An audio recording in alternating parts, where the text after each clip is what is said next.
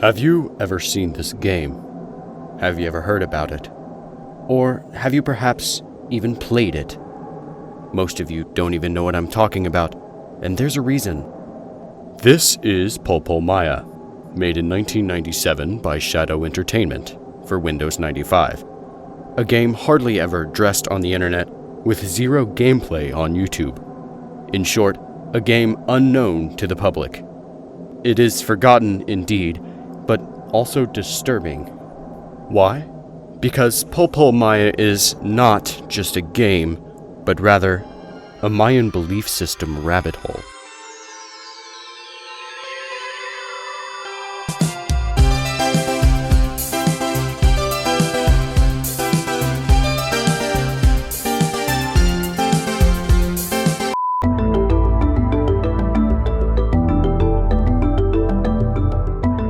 You may be wondering how I found out about this game.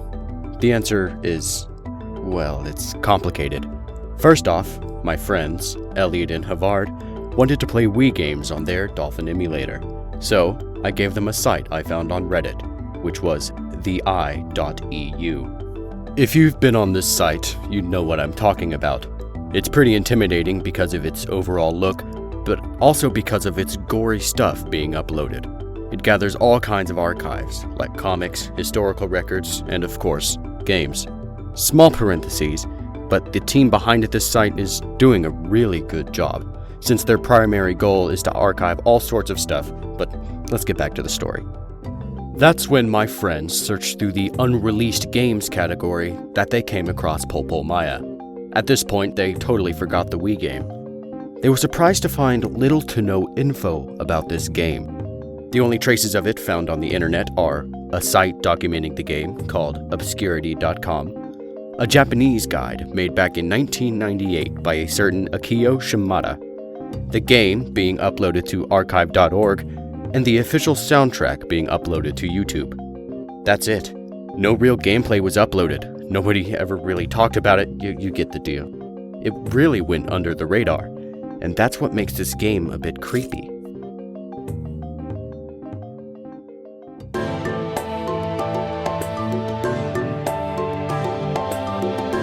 Before talking about the game itself, let's talk about its box and the cover. Before that, I want to thank CompuDSGN from Tumblr for uploading the game and its scans in good quality to archive.org. I really appreciate it. I tried to contact them to ask where they got the scans, but their Tumblr has since been deleted. Now, for the easily scared people, the front cover I'm going to show is a bit disturbing, so you've been warned. They really chose the worst possible idea here. The realism of the cow blended with the old CGI makes the whole thing really creepy. Its bulging eyes are also just disturbing to watch. Now, you're probably wondering, why a cow for the cover? Why is it crying? And most importantly, why does it have 6 udders? We'll get on that later, but for now, let's continue to take a look at this box. The back of it shows the cow again, a large Japanese text, some pictures, and the game's requirements. And the price is also shown. It would have approximately cost $62. Quite expensive, if you ask me. The Japanese text basically says that the game is about neo-animism, and that the ancient Mayan civilization embodied this belief. Which means, according to Wikipedia, that it's some sort of spirit that animates living beings, objects, but also natural elements. The text also defines it as a physical device that shows the hidden principles of the universe to the human. And lastly, Popol Maya is supposedly a game of the essence of the thought of the ancient Mayans. I couldn't really sum it up perfectly as I don't speak Japanese and translation isn't perfect, but you should get the idea. There is also a site shown here, but don't get your hopes up because, as some of you may have already guessed, it has since been shut down. I tried to load it up on the Wayback Machine, but to no avail, as it only shows unloadable pictures. And to finish up this part, the pictures are some of the animals you encounter in the game, but I don't want to spoil them yet, so we'll skip that part. Now, inside the box, here's what we find. Some troubleshoots and registration papers, the CD of course, a booklet on how to install and play the game, and a poster of the cow udders. I guess they chose this because it's the logo of this game, but it's still a weird choice for a poster. Now, behind that poster, we find the fundamental rule of Popol Maya. Unfortunately, as the text is all rounded, I can't translate this image, but my guess is that it's probably talking about more Mayan stuff. If anyone has any sort of info or can translate this in any way, please tell us down in the comment section. Any help or info is very much appreciated. Alright, we're done with the box. Let's play the game now, shall we? To install this game yourself, you'll need a virtual box, Windows 95 or 98, some graphical drivers, and the ISO of the game itself. Installing all of that was a bit annoying for me, but you can do it easily without having a tech-savvy's knowledge. Upon launching the game, we get this title screen, along with a Foon appearing right at the beginning. We now know that Shadow Entertainment, Nippon Columbia, Hitachi, and Foon made the game, but we'll talk more deeply about this in a later section. We can also see the cow's udder being used in the title logo, along with some rocks on some sort of hill in the background. For the Maya name button, it's in short the number of stones you will obtain throughout the game. More on that later. And lastly, there is a demo button. I'm just gonna let this one play to show you how weird this game really is.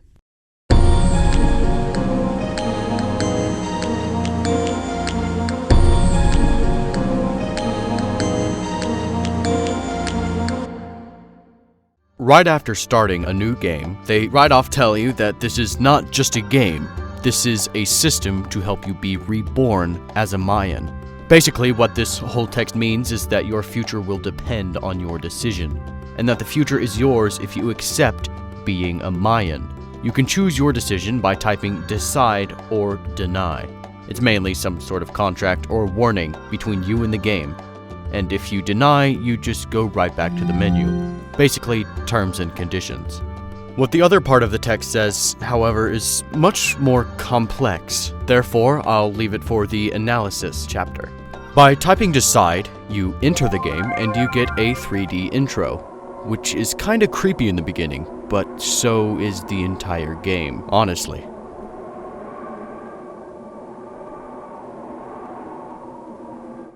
After that, you find yourself in some weird room where you can choose between the Anu and Yao pillars. Type move, then go to the pillar you want. Type its name and you can spawn to either Subterranean, Terrafirma, Aqua, or even Macrocosmo, which is the last part of the game. Fortunately, if you spawn here, you can go back to the pillar room again, and from there, you can finally play the game. But how, you may ask? Well, in Popol Maya, you mostly help or interact with animals that you encounter at random places. In exchange, they give you stones that allow you to perform dances, which also correspond to the letters of your Mayan name. These stones are very important for bosses, as you need to dance to defeat them. The bosses also give you red stones, which are also used to dance in return, and you will need them to finish the game. From now on, I will explain my point of view and experience to be able to sum up the game. I will try not to go into too much detail on the physical aspects of the animals, to be able to keep them in the analysis chapter. Also, spoiler alert. If you want to give this game a try without being too spoiled, now is the right time to quit the video and come back later. Now, back at the game, when I typed Anu, I ended up on Subterranean, a place where one can easily get lost without landmarks. I got disoriented so many times because of how similar rooms, teleportations without returns, and complicated paths were. Off topic, but I noticed right away on the HUD that the item stone was oddly familiar. Yep, it's a troll face. It's strangely way too similar, but anyway, back to the game. Finding and helping animals in this world was most of the time easy. Some, like the ice turtle, the transparent earthworm, the moles, or even the cow, were easy to help. But other animals, like the giraffe, the black rabbit, the flower, or the lizard, took me days to help, or even find them. Something I'd like to point out though is that right after helping the ice turtle, my game crashed, but in some really weird and unexpected way, my save was fortunately okay. Let's get back right at the beginning of the game. I did finally find the rabbit, but but I made the mistake of pushing him down the lake, thus I couldn't see him again. That was a huge problem. You must know that the only guide I could find was from a very old Japanese site held by a single man, named Akio Shimada. And sometimes the instructions were unclear, so I struggled a lot considering Popol Maya is a game with no real instructions given. Fortunately, Elliot and Havard helped me through the game as much as they could, so it was less difficult. Also, apart from the bat, I couldn't finish any boss from this part, as I was completely lost. I didn't understand why, but I couldn't even get them to react. So, before finding the remaining animals and finishing the 2 bosses, I left Subterranean to hopefully find new stuff in the next zone, Terrafirma.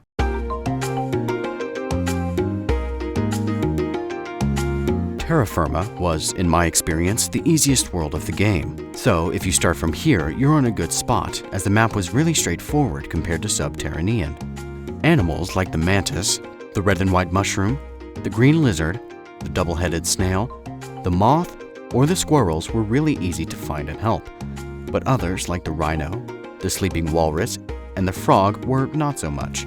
But these were not as hard as the Subterranean ones.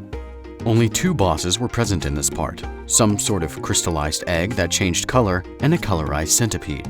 The crystallized egg was easy as you only needed to dance, but the colored centipede, on the other hand, was a hassle. I tried and tried again, but the only thing I could do was make him shine. That's all.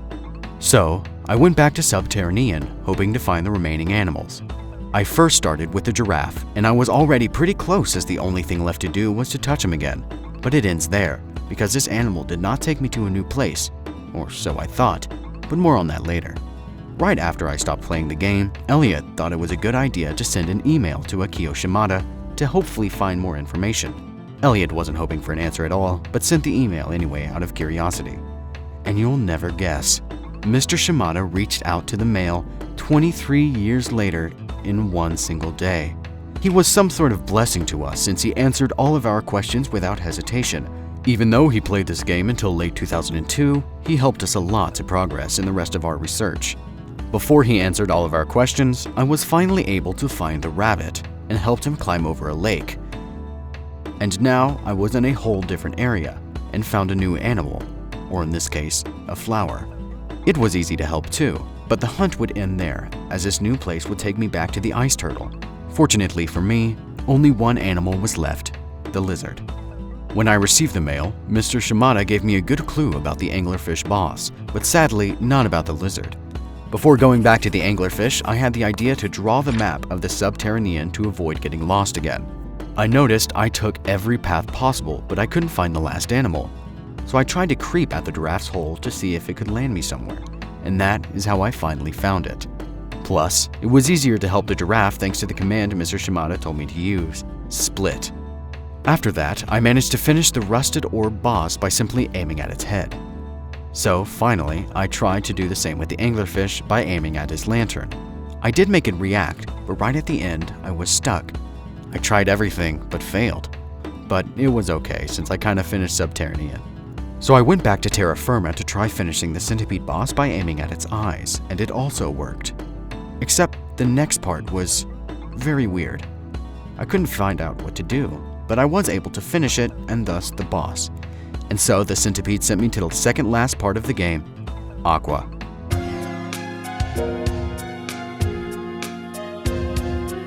Aqua is most likely the hardest part of the game. The map is a literal maze. Just look at this recreation I made. There are too many paths and unnecessary connections. It's a really confusing world to play in without a drawn map. It was a really good idea that I made one in the beginning, or else I would have lost my mind. The first animal was a kind of red spiral shell, and at this point I was able to go on and on with most of the animals, like the starfish in its conch shell, the stranded crustaceans, the crab, the fish from the beach, and the pufferfish with facial expressions. These animals were easy to help, and it surprised me for a world where the map is the most difficult in the entire game. But of course, there are exceptions, these being the friendly ray, the octopus, and the fish from underwater. By trying to help these last enemies, my game crashed again, but in a different way. After that though, by some insane luck, I could ride the friendly ray, but was now stuck to the octopus part. The guide said that I needed to use the crab's claws, but to no real results. In the meantime, I tried to help the fish from underwater. and it did work as I needed to take out its fins. So the only animal left was this octopus. I tried to beat it, but this time by typing every command. And as dumb as it sounds, all I needed to do was kick its eyes and then cut its tentacle with the crab claw. So, beating the octopus led me to the mecha jellyfish boss, which was pretty easy to finish. Before going to the last part of the game, I wanted to finish a boss I've been struggling with since the beginning of the game, this boss being the anglerfish. I tried everything for the last part, and by touching its tail, I finally finished it. I don't know why we needed to touch this part specifically, but it's definitely exaggerated. Upon completing this boss, I finally went to the last world of the game, Macrocosmo.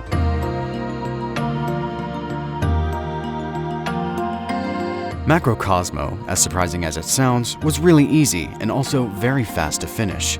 All I really had to do was dance. In the beginning, I was in front of this gamma ray burst. Not quite sure about the name, but you get the idea. Then I floated through space with this weird asteroid surrounded by a green aura passing by. Weird. The second to last entity I encountered was this Aurora Borealis. And then, when it opened up in two, I was in front of the shellfish.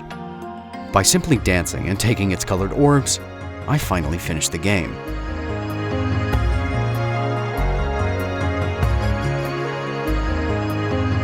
And then, when the credits showed up, right before I could see the real ending of the game, it crashed. The game crashed again. Trying to launch the game back brought me to the pillar room. So this sure was a letdown, but it was okay, because playing the game again brings you to new animals. The second expedition is something Mr. Shimada talked about on his site, so it was necessary for me to replay the game to find these new animals, especially because now I had finished the game and I had my maps. When I spawned back into Subterranean, the only new animal was this colored earthworm, which was easy to help. On Terrafirma, it was a huge dodo, which we could previously see in the game box. This animal was easily scared, so I needed to come back and forth to make it respawn. Fortunately, I easily found the command as I just needed to shake him. But on Aqua, two new animals were available, a seahorse and a supposed orca, according to the guide. I could find the seahorse easily, but helping him was another story. I tried every command on every side of its body, but to no avail. Finding the orca was less easy than the seahorse, but visiting every room solved my problem. It didn't look like an orca, and fortunately all I needed to do was touch its weird bubble. Coming back to the seahorse, I still didn't know what to do. The translation Google gave me of the Japanese guide was, "I don't know what it means, but it seems like it wants to talk about something, so let's ask." I tried to translate the original text on deepl.com, a more advanced translation site, and this is what it gave me. I'm not sure what he means, but he seems to want to talk about something, so I'll listen to him. Listen, like the command. I immediately tried it, and it finally worked. I helped the seahorse and got the dance. For Macrocosmo, it was the same as before, except for the final boss orbs, which were in different colors. Now, I finally got to see the credits and the final ending. My Mayan name was displayed with a URL. If you try to go to the URL, you will realize that the site shut down just like the one on the game box. Entering the URL on the Wayback Machine, however, gives no result. But fortunately, Mr. Shimada gave his testimony about what was on the site. I think we should thank this man for what he's done so far. He helped us do 70% of the work at least. The utility of this site was to give meaning of your Mayan name. It was apparently long lines of praise, according to him. But he also said the site wasn't a big thing, so I trust him on this one. By the way, when going back to the main menu of Popol Maya, you cannot continue the game, you're forced to restart all over again. So, I have now finished the game, for real this time. And thus, we can now proceed to the next chapter, the analysis. We'll start off by analyzing the lore of the game, because there's quite a lot to say. And what a better way to start than with the warning screen. Right at the beginning, they say to you that this is not just a game, but a system to help you be reborn as a Mayan. And I know I already explained the decide or deny part, but we're gonna skip it, because the other part of this text is much more interesting. Reading through the whole text made my brain hurt, as it's using a lot of metaphorical explanations, which is difficult to put back together. But I'm gonna do my best to sum it up for you. From what I understood, trick animals, the one you encounter throughout the game, are controlled by the universal principle, and are also old Mayans that were reincarnated. And if you help them, you're learning Maya culture. This explains neo-animism again, but in a more detailed way. However, this doesn't just end there, since the text also says that the more you learn, the more your consciousness will transform into the universe itself. I don't know if you've made the realization yet, but this right here explains the whole game. The animals you encounter are the trick animals, which are old Mayans reincarnated. The stones they give you are essentially their knowledge, in this game, the dances. And the more you learn, the more your consciousness becomes the universe itself. The universe being in this game, the Macrocosmo, the last area of Popol Maya. The foreshadowing here was kinda cool, to be honest. Before going any further, thanks to obscurity.com, I could find a new archived site from Shadow Entertainment, but don't get too excited. It only sums up the game once more. The cool thing here is that it explains the fact that, in the spirit of neo-animism, every player is like a baby at the beginning of the game, just as a human baby learns to communicate with the world as it grows up. So, that explains the lack of communication from the game. Remember that 3D intro? Well, Havard made a quite interesting theory about it. In the beginning, you are the human that is climbing the stairs of the Mayan temple, and at this point, you are deciding between accepting or denying the contract. When entering the temple, you accepted, and in result, you transformed into Popol Maya, the main character. Personally, I find this theory pretty plausible, especially since it fits well with the metaphorical style of the game. Now, you may be asking yourself, is this whole Mayan story real? Is the creator of this game actually being serious about all of this lore, or is it just some kind of roleplay to fit the game's themes? Well, at first glance, I was leaning more towards the latter, but when we asked Mr. Shimada about it, he said that Naoyuki Osawa, the creator of the game, wrote a book about Mayans. When we searched on the internet, we found this book on Amazon. So now I'm 100% sure that this game is meant to be taken seriously.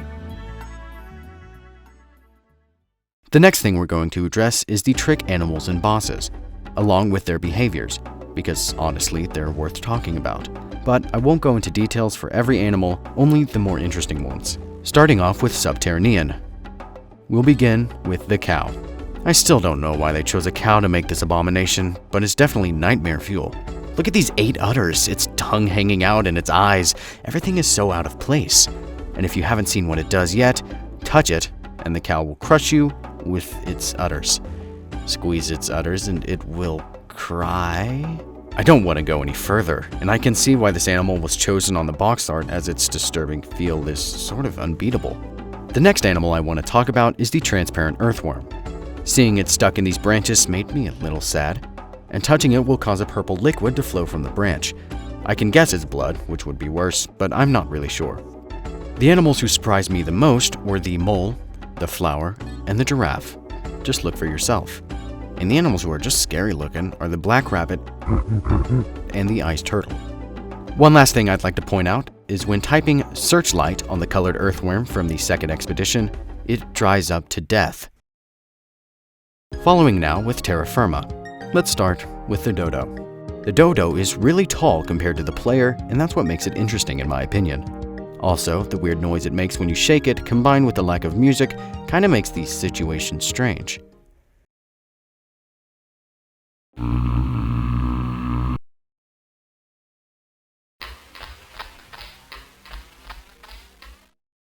The next animal I want to talk about is the sleeping walrus. Something is off with it. The way it starts staring at you with its red eyes as you touch him with no sound effect really makes this part unsettling.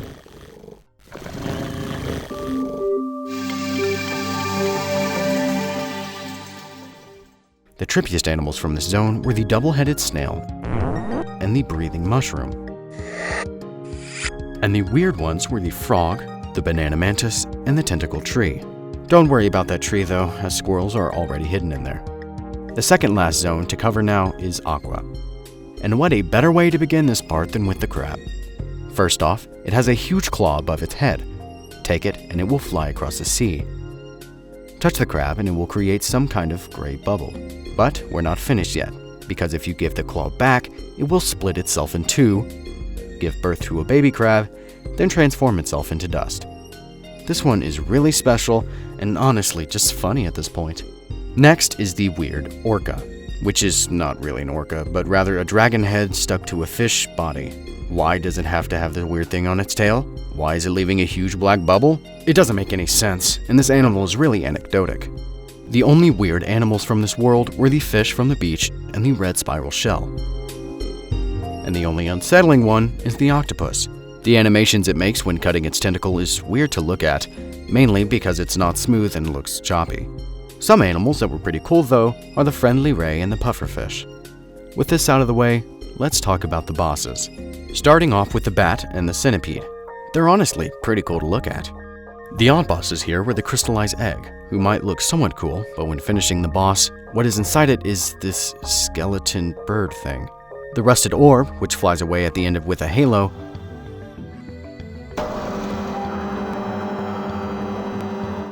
and the mecha jellyfish, who just acts weirdly throughout its whole phases.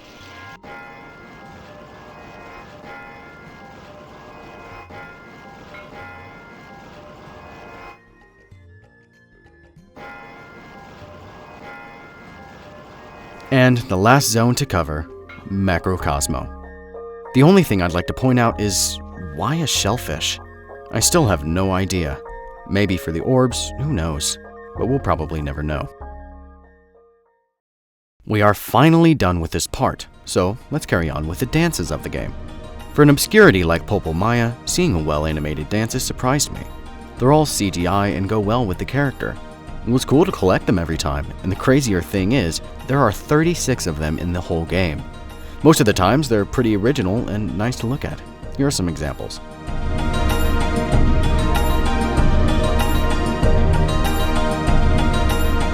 The effort put on the dances is crazy, and they definitely deserve a mention. With that said, let's talk about the OST. Created by Takuma Sato and supervised by Ryuichi Sakamoto, the soundtrack is surprisingly very catchy considering it was made for such an obscure game.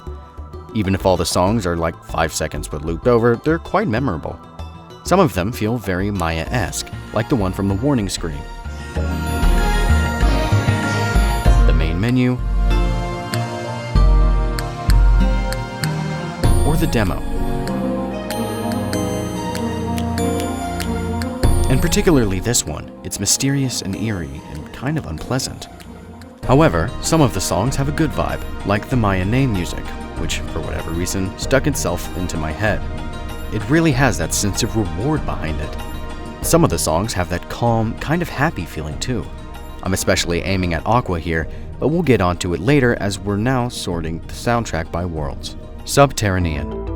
How I would describe the music of this world is by that sense of mystery and discovery while still feeling Maya-esque. Some of them still have that eerie feel.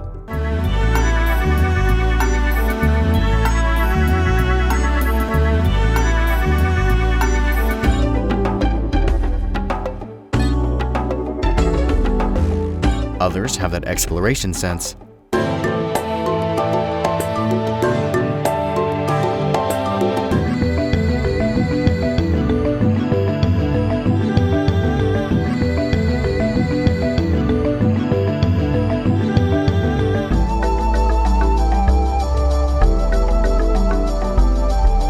And the rest fits the world's theme and are pretty catchy in my opinion.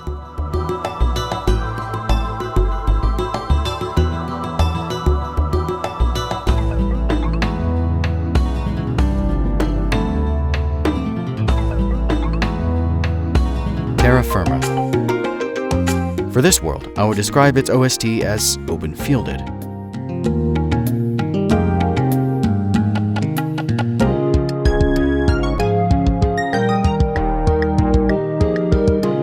Mysterious or weird.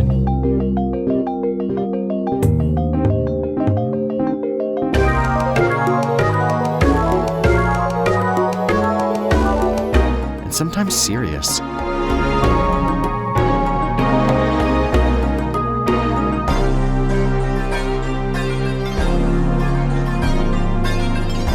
Again, I think these are way too catchy. Takuma Sato really nailed this OST so far, because again, for loops, they're pretty good. Aqua. I think Aqua, throughout my experience, was a completely detached world from the other two, for the most part due to its soundtrack. The whole atmosphere of it is very calm, spacey, and happy. It has that end-of-the-game feeling that motivates the player to finally finish with all of this. Take a listen.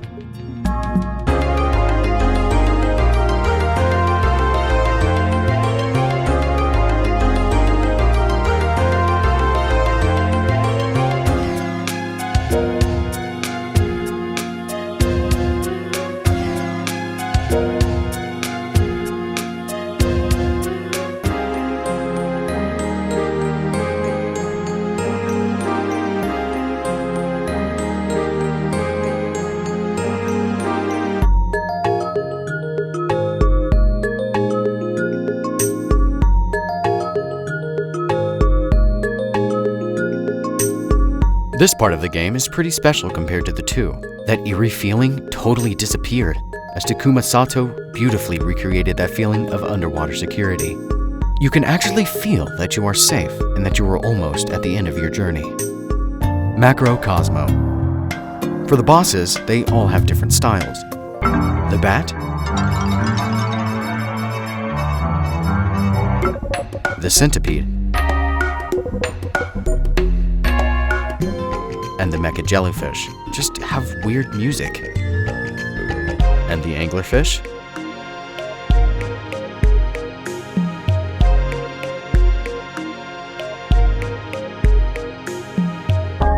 and crystallized egg have more of that calm, spacey, and end-of-game feeling similar to Aqua. As for the Macrocosmo world itself, it definitely has some nice tunes, the hub being the only calm one, while the others are more focused on showing that you are finishing the game.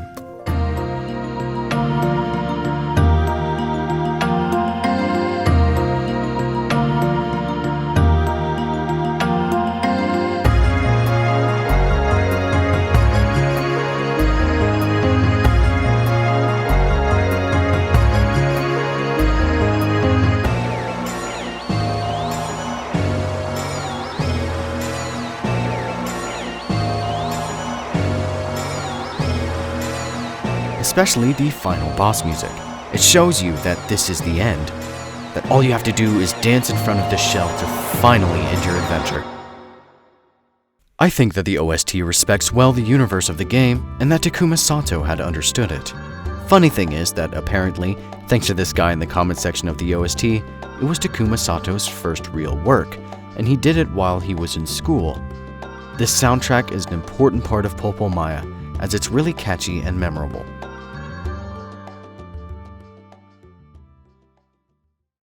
Now that we've finished talking about the soundtrack, let's deep dive into the final part of this analysis, the overall atmosphere of the game.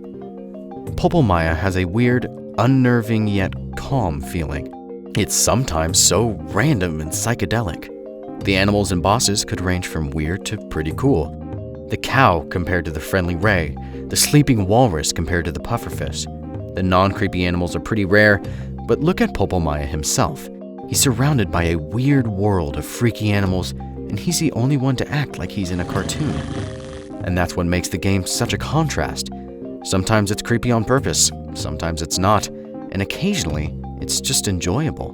Now, what I mean by not creepy on purpose is the old CGI. Sometimes the animals, bosses, or even the setting can be eerie to look at, but it was not done intentionally. And I think this unnerving feeling is not just from Popol Maya, but from a lot of old CGI PC games. As the hardware was limited at that time, the 3D would be too, and the lack of shadows and details is what created the issue. The aesthetic Popol Maya should fit into is webcore nostalgia, expressed from the aesthetic of the internet culture from the mid-1990s to the late 2000s.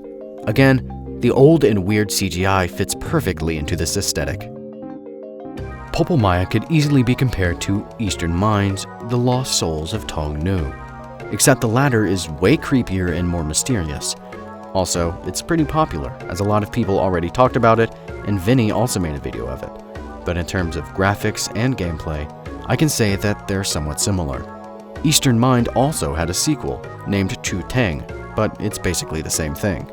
Another game Popol Maya could be compared to is LSD Dream Simulator. It's a 3D game made for the PS1 where you literally play dreams. Everything is strange and weird, just like Popol Maya. but this one's also kind of popular, and a lot of people also made videos about this game. We also asked Mr. Shimada about his personal opinion of the game, and he said that the game had a mysterious atmosphere that can be played leisurely and without using too much head. But overall, I think the demo alone can illustrate most of the atmosphere of the game.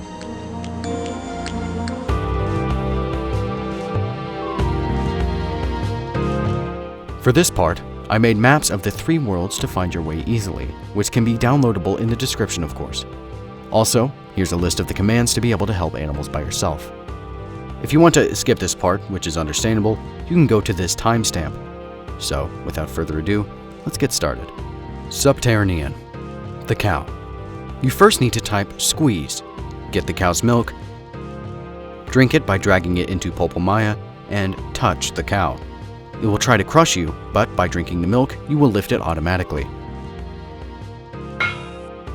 Giraffe. Touch the giraffe and its legs will twist. Touch it again and it will crawl inside the hole. Lizard. Creep on the giraffe's hole and you'll be in the lizard room. From there, simply type split on the lizard's legs and you're good to go. Transparent earthworm. Take the green earthworm, then give it to the transparent one.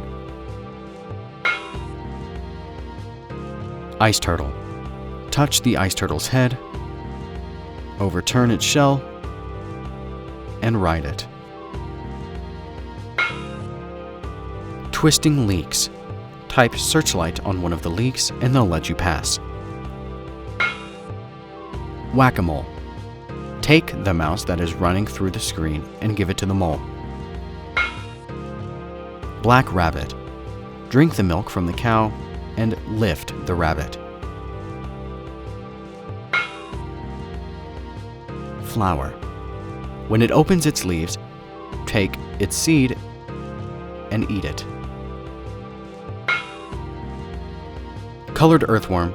This animal only appears in the second expedition, so don't try to find it if you're playing for the first time. Anyway, touch the earthworm and it will bury itself. Dig it and it will disappear. Rusted orb. Use the yellow stones to dance on its rotating orb. Continue doing so when it transforms into the planet Earth. Anglerfish. Use the yellow stones to dance on its lantern. Keep doing so when it goes blue, but when it goes red, dance on the tail. Use the yellow stones you have and drag them into the bat's ears, eyes, or head. Continue doing so until it's defeated. The boss will bring you to the end of Subterranean. You can either use that path to go to Terrafirma, or use the green stone they gave you after the boss to teleport yourself easily. Terrafirma. Red and white mushroom. Take the mushroom in its 2 forms, red and white. You can change its color by touching it, and you can make it respawn by swapping rooms. Double-headed snail. Simply touch both heads of the snail.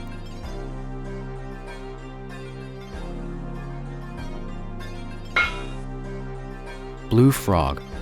Hit under the frog, then jump. It will do the same and go away.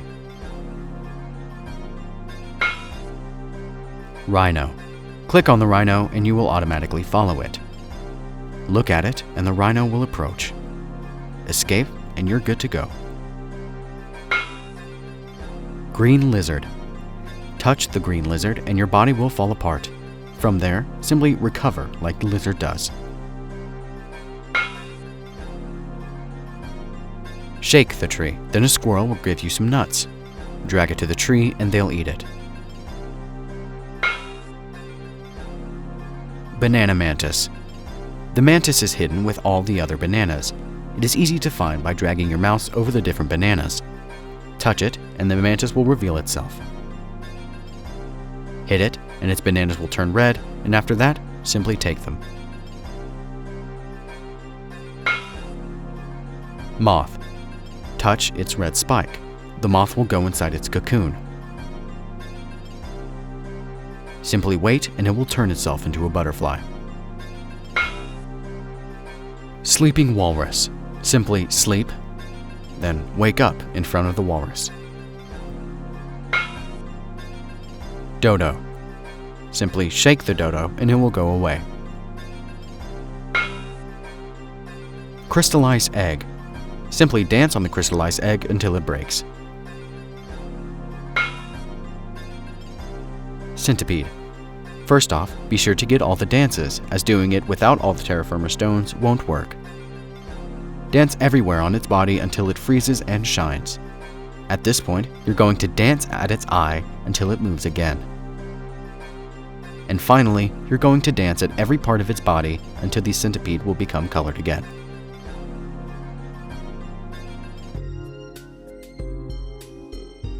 Red spiral shell. Hit the tip of the red spiral shell, then take it. Stuck starfish. First, take the conch shell, as you would need it for later. Then, type take on the second stuck starfish. Crab. Touch the crab's eyes and it will reveal itself. Take its spinning claw, as you will also need it for later. And then, draw the claw onto the crab. Stranded crustaceans. Simply touch one of the crustaceans. Fish from the beach. Dig in front of the fish, it will then lay its eggs. Pufferfish with facial expressions. Touch the pufferfish, then touch its spikes until you get the yellow stone.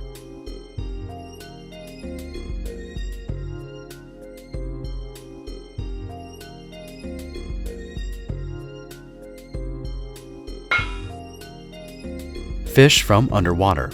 You just need to take the fish's fins so it can swim again. However, it probably won't give you any yellow stones, especially if you help the fish from the beach.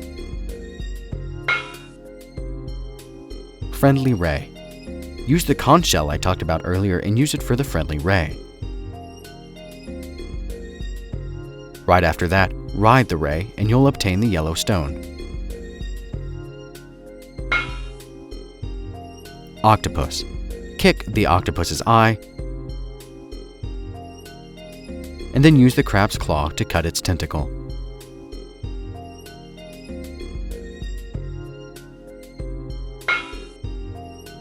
Seahorse. For the seahorse, you just have to listen to it. Half dragon, half fish. Touch the half dragon, half fish's bubble and it will disappear inside of a black one.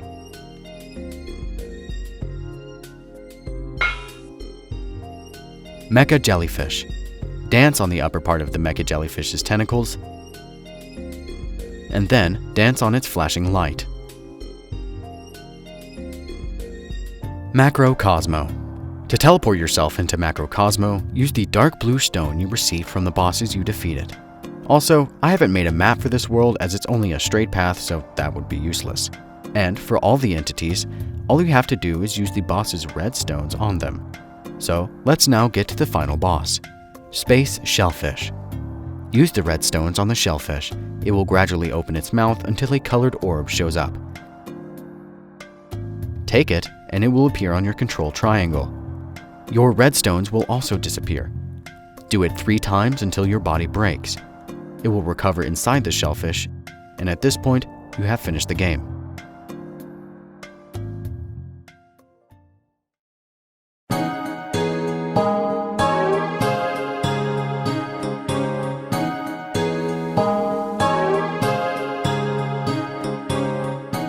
What we know now about the development of Popol Maya, thanks to Mr. Shimada yet again, is that Naoyuki Osawa is the creator of the game, Daizaburo Harada made the CG for it, Takuma Sato made the OST, and Ryuichi Sakamoto supervised it, as you already knew.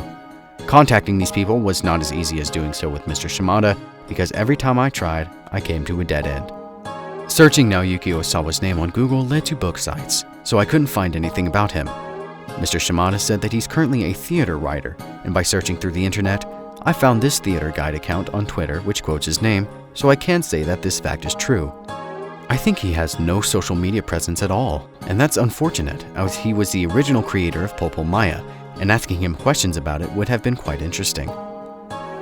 Finding Daizaburo Harada was pretty easy, but contacting him was another thing. He has a Japanese Wikipedia page, but Popol Maya is not mentioned anywhere. But as you continue reading his page, you can see he has worked on CG during the late 1990s, so it's possible Popol Maya is simply not quoted here. On his YouTube channel, you can see he posts his work, which is CG. Upon finding this site, you can see that the person in the picture is indeed Daizaburo Harada. And just below, you can go on Shadow Entertainment's page, but more on that later. That pretty much confirms that the Daizaburo Harada we see now previously worked on Popol Maya. I continued searching and I found this site. It says that Daizaburo is now a teacher at Tama Art University. It also lists all of Daizaburo's social media, so I sent DMs to both Japan Arts Foundation and Daizaburo Harada on Facebook, but I've yet to get a response. Takuma Sato was the easiest to find since he has a website which mentions all of his work, Popol Maya included.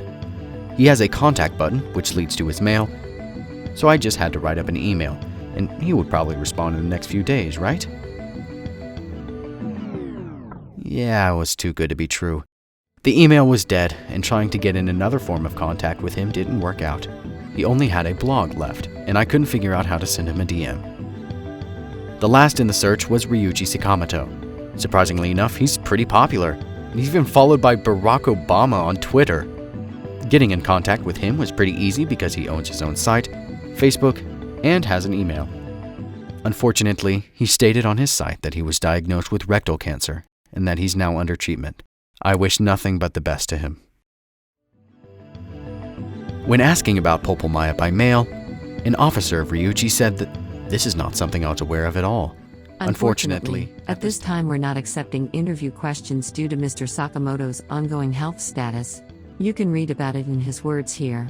If you have just a couple questions, please send them over, and if we're able to have Mr. Sakamoto reply, we will return his answers. But as it seems Sakamoto was just overseeing the music, he may not have really been so involved with the game development or recall anything of interest to you.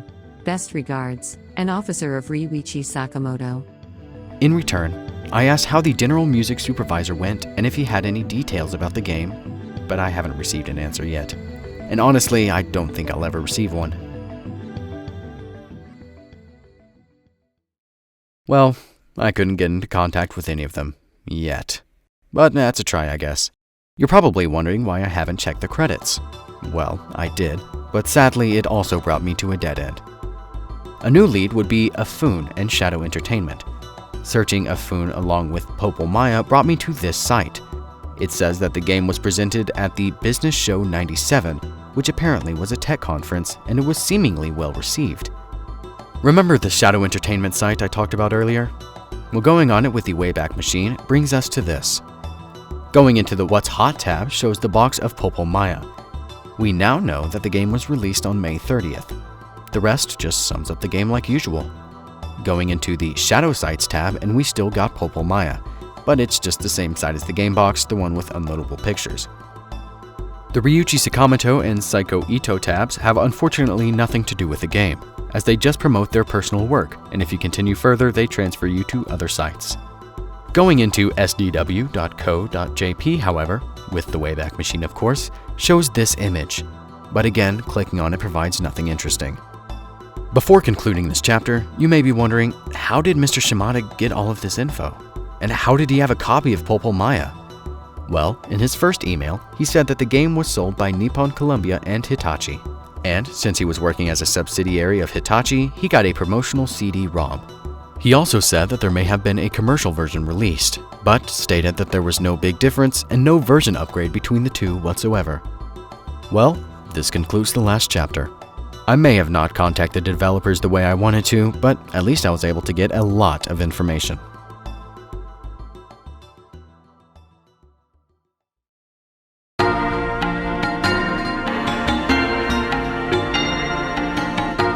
This game sure is special.